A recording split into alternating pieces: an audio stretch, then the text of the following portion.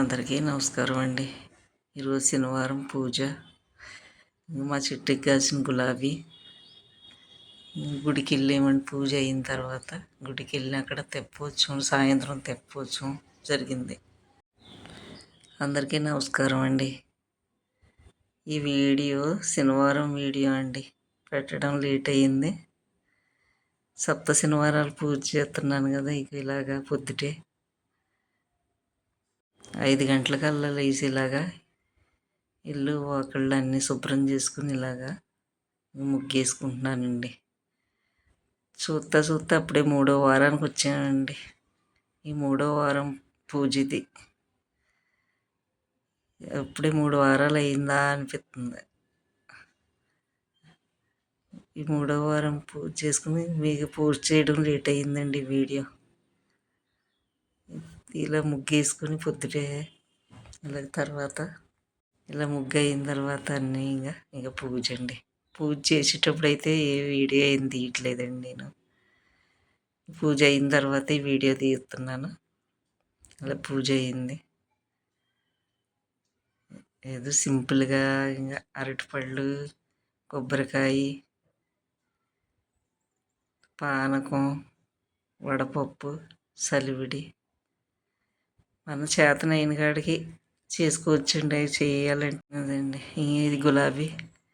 ఇది కొమ్మలు పెట్టాను కదండి. అప్పుడు పువ్వుల నుంచి తీసిన కొమ్మ పెట్టానన్న ముందు అప్పుడు షార్ట్ వీడియోలో పెట్టినది పువ్వు మళ్ళీ వచ్చిందండి. ఆ చిన్న చిన్న చెట్లకి అదండి అది. ఇంకా గుడికి పూజ అయిన తర్వాత ఇంకా గుడికి వెళ్తాం కదండి. ఇంకా గుడికి వెళ్ళి అక్కడ దీపారాధన చేసుకుని అక్కడ ఇలాగా గుడి చుట్టూ 7 ప్రదక్షిణలు చేసుకుని ఇలా గుడి దర్శనం చేసుకుంటాం. ఇది కోనేరు ఇప్పుడు ఖాళీగా ఉండేది కదండి. ఇంకో నీరు నింపారు. సాయంత్రం తెప్పోత్సవం గురించి కోనేరు అంతా నింపారు. ఇంకా సాయంత్రం అండి. ఇది వైకుంఠంలోని ఆ నారాయణుడు పాల సముద్రంలో ఉన్నట్టే అనిపిస్తుందండి. అక్కడికి వెళ్ళి చూసేసరికి ఎంత బాగుందండి. తెప్పోత్సవంలో చూడండి ఎంత బాగా కనిపిస్తుందో.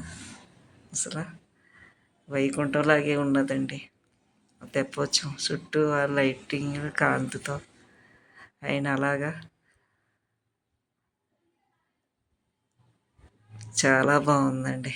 అక్కడ ఉన్నంతసేపు అసలు మైమరిచిపోతారు. ఇంకా అది చూస్తా భగవంతుడిని చూస్తా అది చూసి అంత అందంగా ఉన్నాయి అవి.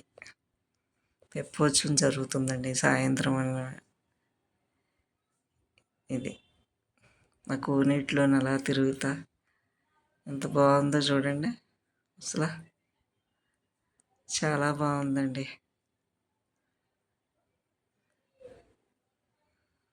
చూడండి ఎంత అందంగా ఉన్నది చూడండి. అలా తెప్పోత్సవం చాలా బాగుంది.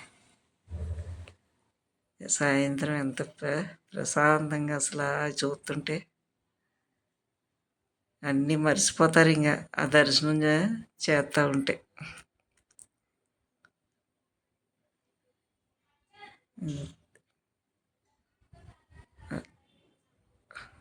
చాలా బాగుంది చూడండి. ఇదేనండి ఈరోజు వీడియో.